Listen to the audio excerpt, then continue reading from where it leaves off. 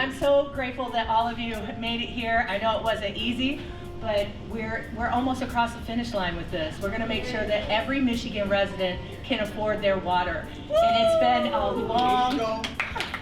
long fight in the streets, in the courts, and now here in Lansing. So really, really grateful for all of you to be here. Okay. How's it going? Good. Yeah? Are you too close? Am I too close? No, you're perfect. Our organization, the People's Water Board Coalition, does a week-long, we call it World Water Week.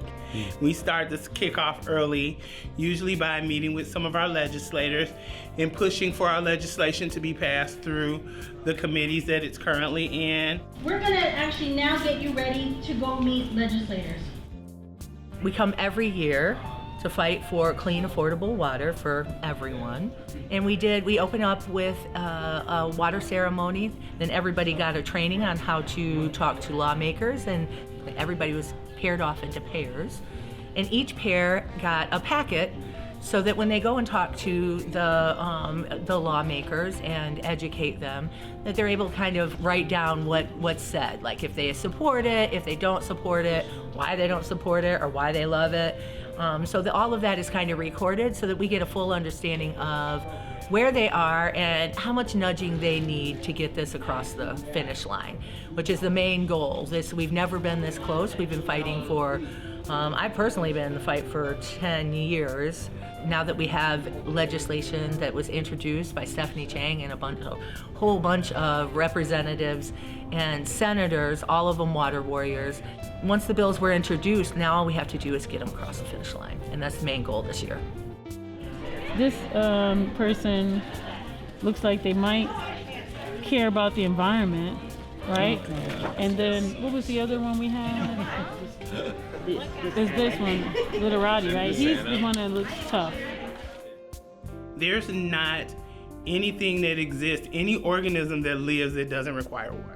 There's no such thing as this water issue around affordability or contamination or sanitation where it doesn't affect you. It's two ways it affects you, either directly or indirectly, but it does affect you. And it goes across socioeconomic backgrounds, it goes across race, gender, religious affiliation, it goes across all of that. I will admit that yes, it attacks with a discriminatory accuracy to people who are low-income people of color.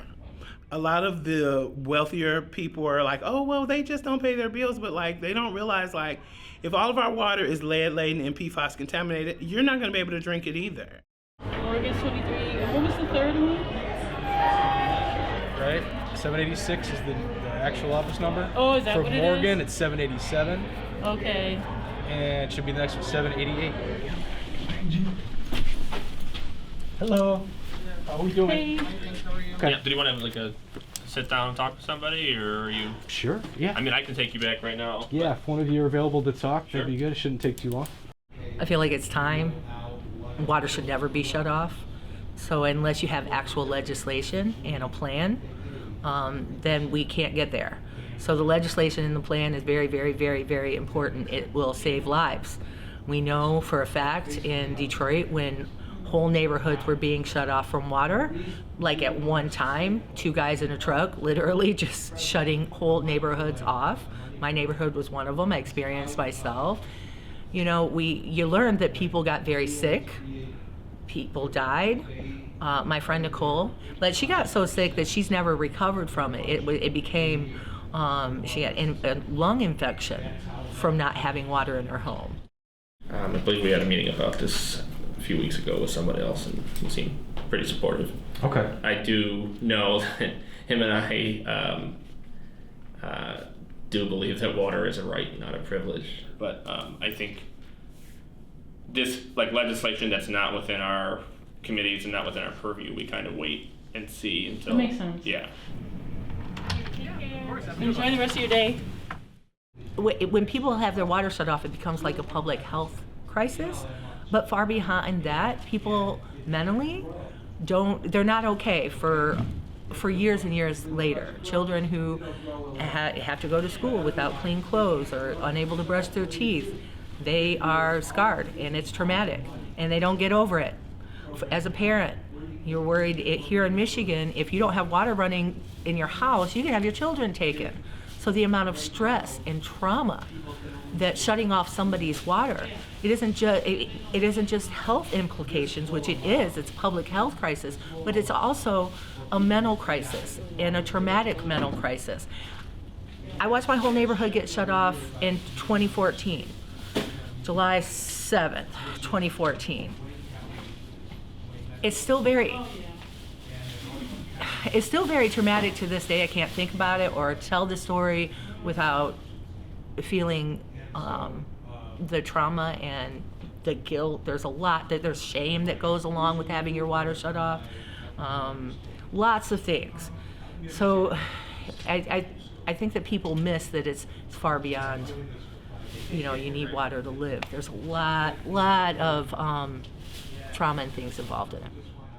So, right now, it's a felony for people to cut their water back on. Yeah. We are asking that it get reduced to a misdemeanor. Okay. Yeah. In these bills, you want that changed? Yes. Okay. I definitely want that considered. Okay. Because it's definitely impacting people. Right. Immediately. Yeah. It just puts people who are desperate and poor into spaces that make them more vulnerable and put their children at risk, and it puts families at risk. I'm glad to know that you guys care about water and constituents. Okay. Yeah, I know that there's a lot of discussion happening around this. I returned to Michigan from New Orleans due to Hurricane Katrina. And I saw how that was just mangled in the debacle that our government did, particularly to low-income people of color. And then I got back up here and fell smack dab into the middle of the city's bankruptcy and was had my water shut off for the first time in May of 2014, and my water was off for 8 weeks. And I got no support from the water department, so I did the investigating myself, and I realized, I have to get in this fight. This is where I'm supposed to be. I'm not just fighting for myself. I literally saw my neighborhood become demolished and dismantled as people whose water got cut off that didn't have any resources just were like, forget it, I'm moving. When my water got cut off, I hid my children because that's grounds for removal. Everyone doesn't have the option to hide their children or take their children out of their home. And I can't stand by and watch someone who's really trying to do the best they can have their children taken from them, have their rights to basic necessities taken from them, when there are so many people out here that are neglectful and abusive to their children and still have them. And so I just started fighting, and I watched myself through the years. It's been almost 11 years now, where I've moved from a victim to an activist. It was a little challenging. Having all the facts memorized and everything like that, talking points, pivoting, rebuttals. It's really important that people get involved, and I know that the life of activism isn't for everyone, but I always tell people there's a way you can get involved. It may just be telling your neighbor, passing the word along. It may be calling your legislator. It may be saying, I can go to a meeting and learn about something and maybe mention it at my school or mention it at my job. Just keep the word flowing and keep it on everybody's minds. We're here today asking our legislators to pass this legislative package that addresses water affordability in Michigan. We need water affordability, and we need it now. Yes! We can't wait. People out here can't afford their water. Maybe they need to get jobs, right? This is what I was just told by a House of Representatives today, that we need to work if we want to afford our water. And I'm like, well, people are working 2 and 3 jobs as it is. Between the water and electricity, we can't get a break. Food's going up too.